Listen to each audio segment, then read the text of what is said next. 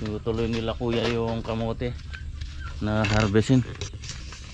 Yung nauna nakasampu lang daw sila. Grabe, ang hina.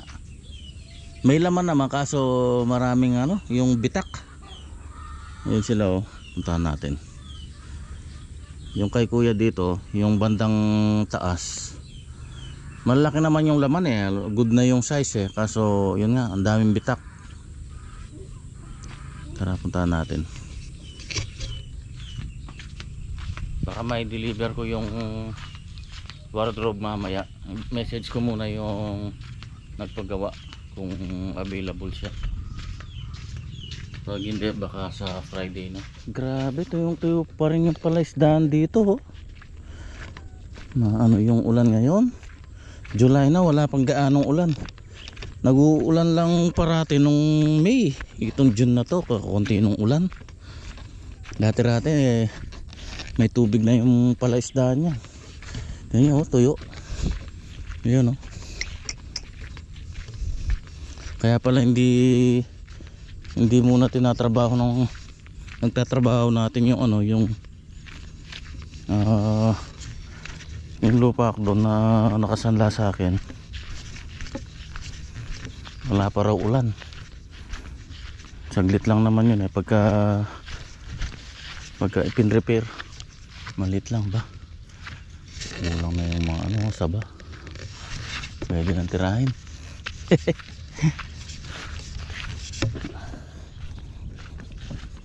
Nag-harvest sila.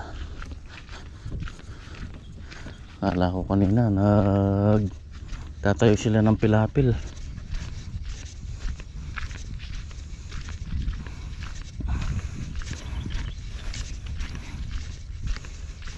Ito yung kay kuya, nakasampu lang daw to. Yan o, yung malinis na yan, yung pinaghukayan na yan.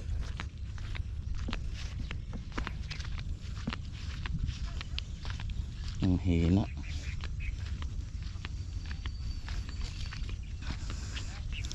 Ito yung tinutuloy nila, pinagkuhanan na ng ano yan, mga binhi, mga panlipat.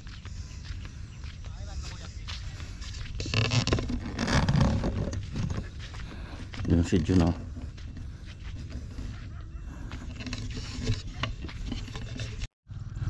wala, mahina talaga. Tingnan nyo,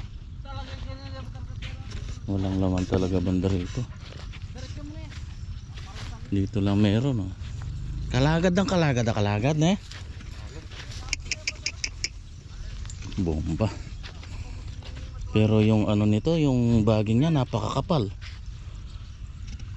Parang pinagbinhi lang ah. Yun oh. Yun sinasabi ko, ang daming bitak. Yun oh. Reject na yan. Yun oh, mga bitak. Ngayon ko lang yung bandang baba. Ganda ng size, malalaki. Kaso lang yun nga, ibitak.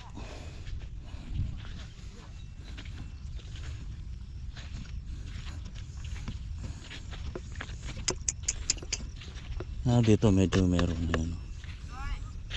Nagkakalaman dito.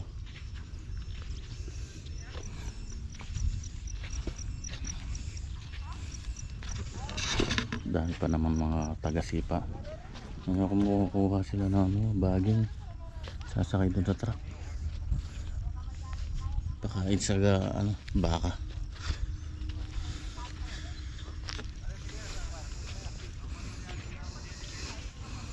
Nakuhanan na lahat ng ano, ng binhi.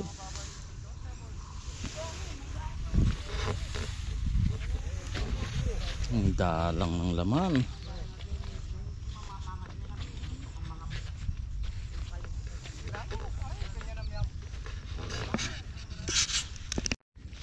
Yung nagpapatanim ng palay doon oh. Ayun. Tanar natin yung natin para makita kung ano nang sitwasyon.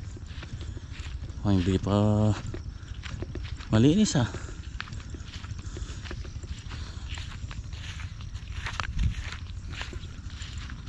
Manawa ka pang magpapatubig ngayon.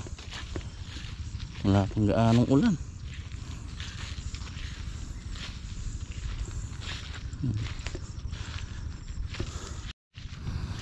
Ayan, napa-stable na rin pala. Medyo luminis-linis na oh. Pangalawang stable na to eh. Sana naman mag-uulan na para kapag ano na tayo, may prepare na at makapagtanim.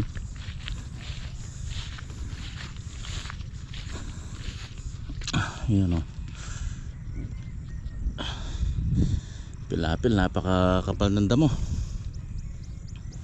Ito yung kay John, pinagkuhanan din ng ano to, kamote. Ayan, hanggang dun yan sa may bahay na yun, yung may puno ng mangga.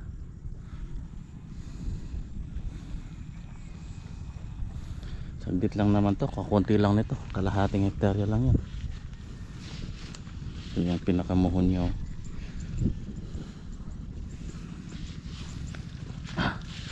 May nagbabasag. Ayun. Wala kayang ano to, yung kamaro.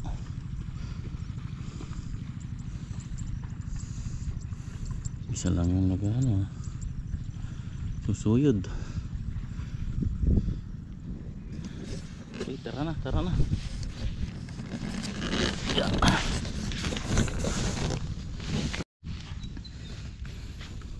Nakakakuha pa naman kahit pa paano. Yung banda ron malinis yung balat, yung bandang ibaba. Hindi ito talaga kainitan kasi daming ano bagay. Kain ng baka. Ganda ng patola ni kuya. Kay kuya to eh. Oh. Ganda ng tubo. Ito po patola. Nalaman ko yung tawag nito sa Ilocano nung nagtanim ako dun sa ano, sa Saudi, ganyan. Tawag ng mga Ilocano pala diyan, kabatiti. Natawa ako eh. Kabatiti pala yan sa Ilocano. Parang ang bastos pakinggan eh, pero hindi talaga yung tawag nila eh. Yan.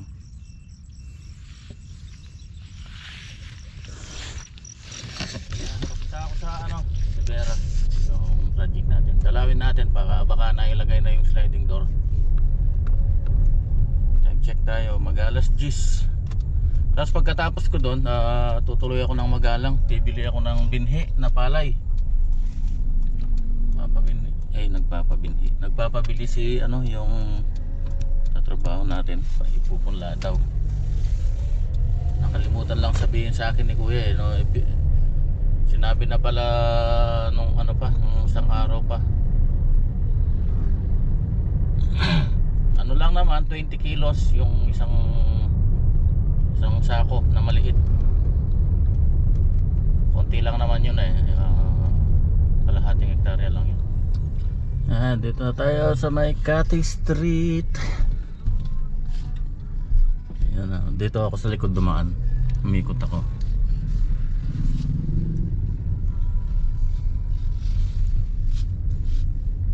Ayun, wala pa rin yung pinto. Ay, grabe naman yan. Hanggang ngayon wala pa. Pambihira naman.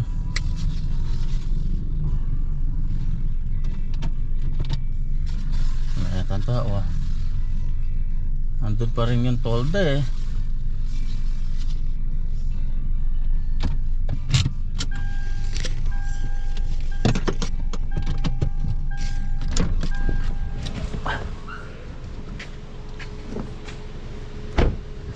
Grabe, wala pa yung pinto.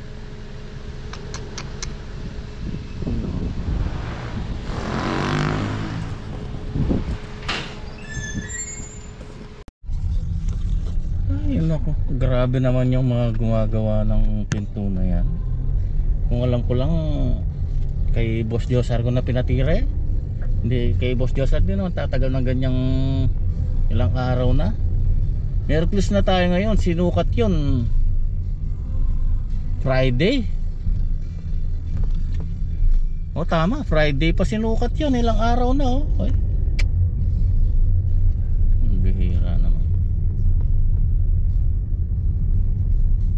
medyo nag-alangan kasi ako nung sa akin pinapaano sana kay Boss Josar ko sana papagawa, kaso nung nagkausap kami ni Boss Josar dun, nung nagkita kami dun sa Arrowville, papunta siya ng Bataan yata, Bataan ba o Bamban, marami siyang project eh.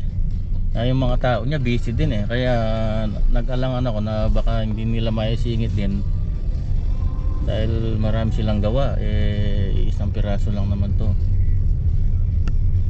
Kaya sa kanila ko na lang pinaano, sa kanila lang ako nagpahanap ng magi-install. Yan, hindi rin pala magagawa ng ganun kadali. Okay, tara, magalang muna tayo. Okay, handito tayo sa may bilihan ng ano, sa farm supply, sa may magalang.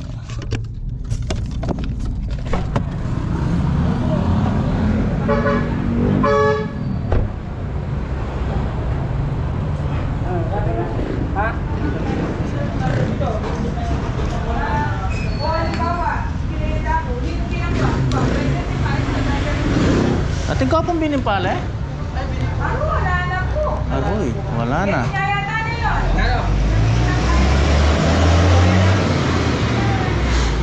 Wala na? Wala na. Ako po.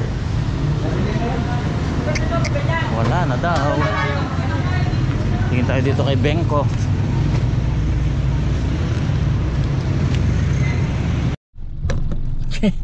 Wala palang tig 20 kilos. Dati merong mga ganun ah. O baka yung pinamimigay lang ng ano, ng DA, yung may 20 kilos. Puro 40 kilos pala yun. Sobra-sobra naman.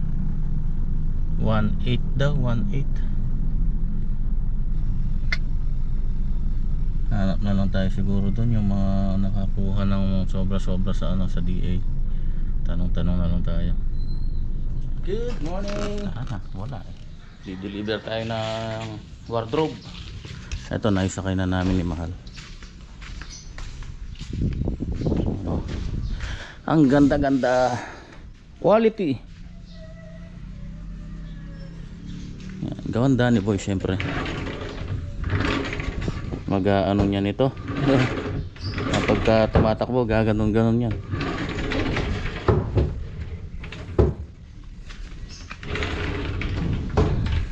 Tara. Tapos tutuloy na rin kami ng ano. Kahapon di ako nakabili ng binhi. Tutuloy na kami ni Mahal ngayon. Okay, andito na tayo. Ang ingay no. Bumabangga dito pagka nagtutuloy ako. Wala pa si Ate Edna, yung may-ari. Kapal ng damo. Nangay bahay. Tumubo na yung mga malunggay.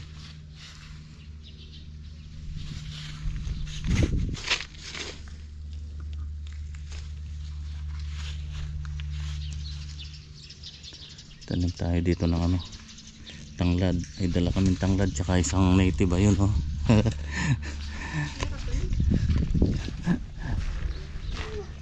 Bibigay natin sa ano, kay Ate Edna, yung may-ari ng bahay. Sinambo ka niya. Ayun yung tanglad oh. Papaya, ay may papaya pala kaso walang bunga. Ito na oh, nailagay ko. Grabe, 0-0 yung ano, yung sukat dito sa ilalim ng ano. Ayan oh. Ayan yung allowance. Kala namin hindi na may papasok eh. Napakaganda.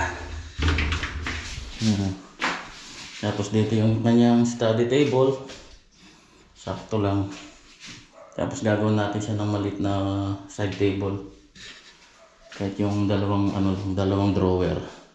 Bali ito ililipat doon sa kabilang ano, sa kabilang kwarto.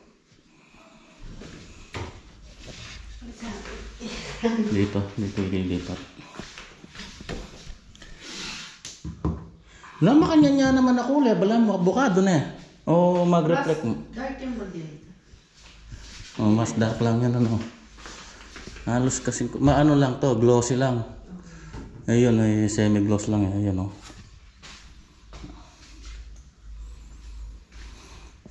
Init. Excited nang lumipat si Josh.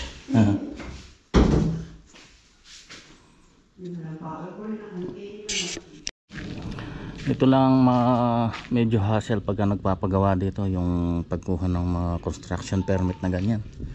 Tulad nito nung pinuntahan ko dati may 2 buwan na yata nung in-apply nila yung permit. Hanggang ngayon wala pa, hindi pa na-aprobahan. Ngayon pala ni-reject nila yung unang pinaka floor plan o yung pina-AutoCAD nila na gagawin dito.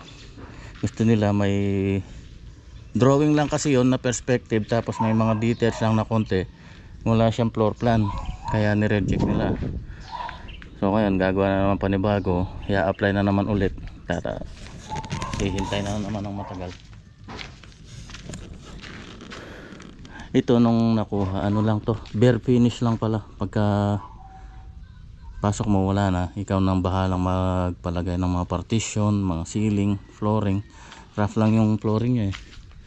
At least ito may tiles na, may ceiling, tapos may mga partition na. Yun wala, talagang as in pagpasok mo buo na, wala siyang partition.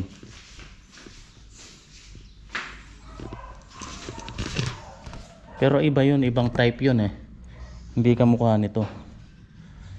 Kwadrado lang yun, ito may mga kwadrado lang yan eh. Ito may mga kanto-kanto pa ito eh. Yun oh, nagpa-additional sila ng 1 kwarto dun sa sulok. Yan oh, kwadrado lang. Yun oh, good afternoon. Session up na, busy na naman. Meron akong ginagawang project dito. Papagawa ng floating shelf si panganay ko, si Baby Ninja. Ito mga retaso lang to na plyboard. Ito yung gagawin ko. Dalawa na ako actually. Yung isa, nasaan na yung isa? Ito. Yung unang ginawa ko ito, 5 cm lang yung kapal. So medyo nagalanganin ako dito dahil pagka nilagay ng bracket medyo malit na lang yung magagawa natin bracket dahil ito masikip na. Wala nang 3/4 to eh.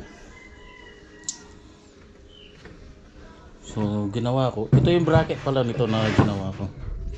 Ito yung tira kong flat bar na stainless.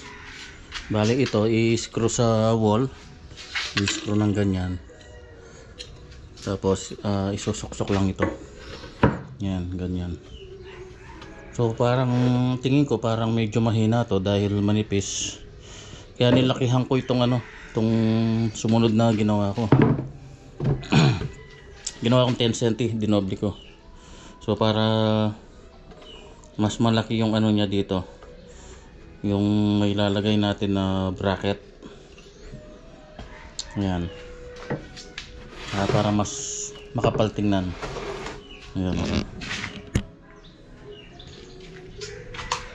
Tsaka balak kasi ni Baby Ninja na lagyan ng strip light sa baba.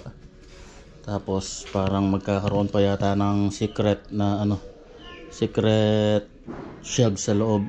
O parang taguan. Pagka hinila mo, mayroon siyang secret na compartment. Tapos may ginawa rin akong side table ito. Bali freebies na lang ito dun sa mga ginawa ko nung una. Yung dineliver ko kahapon. Yan, freebies na lang yan. Mga scrap lang din ito na plywood na tira-tira. Yan, 1/2 lang ito, 1/2. Total maliit lang naman itong side table, kaya yung 1/2 na lang ginamit ko. Mga scrap lang naman yan eh. Pwede naman. Tapos maliit lang. Tapos ito yung drawer niya, ang cute niya oh. Yan, 1/2 lang din to na plywood. lagay lang ng mga papel-papel ganon. Ito yung handle nya, hindi ko muna dinikit para pagka pininish hindi na siya finish na kasi ito eh, hindi na siya marumihan. Pagka na finish na lang saka ako ilagay ulit, didikit na lang ng stick well.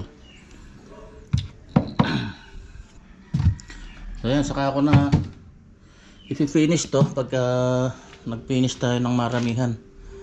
So nag-submit na ako ng quotation para doon sa mga hangin cabinet at saka yung kitchen counter.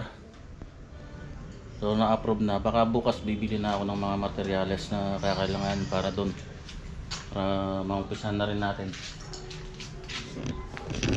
Tapos ito, dalawang set ito. Ang ginawa ko nga pala, puro naka puro naka 45 degree.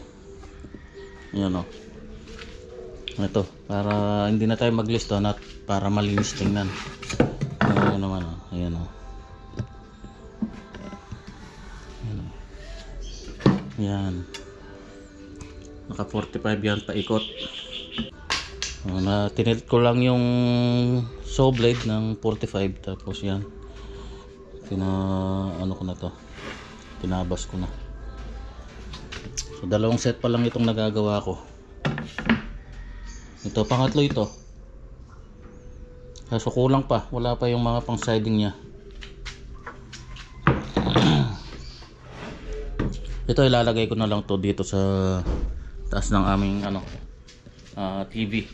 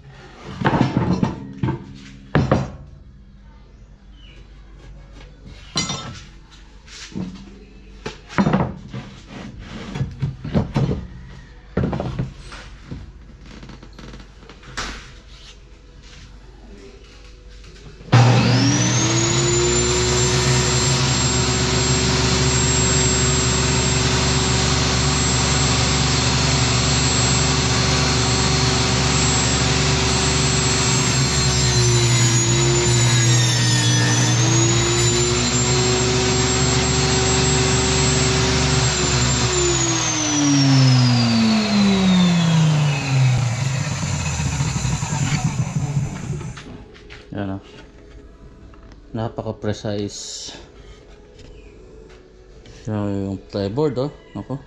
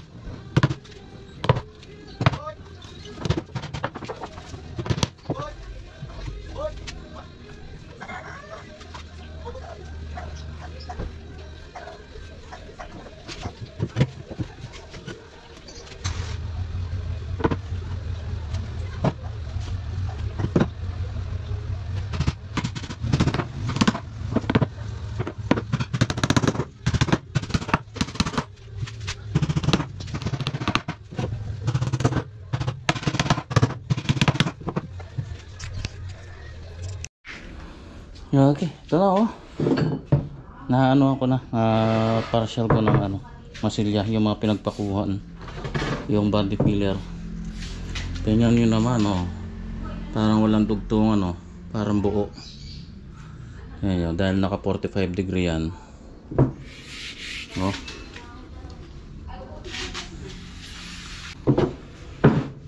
Ang ganda-ganda. Parang solid oh. Ito yung isa.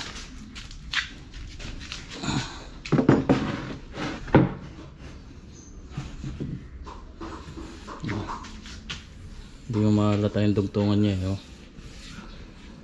Nalata mo lang yung pinagpakuan dahil dyan sa body filler. So, isa. Ito yung isa, yung manipis. Ito rin oh. Pwede ng ano yun, yung i-primer. So magtitimpla muna, baka bukas na. Tama na muna, pahinga na. Pwede siguro bukas para sabay-sabay sila nito, yung isang side table na to, para hindi nakatambak dito. Okay, so yan lang muna. Hanggang sa susunod, bye bye. Yan tayo lagi. God bless us all.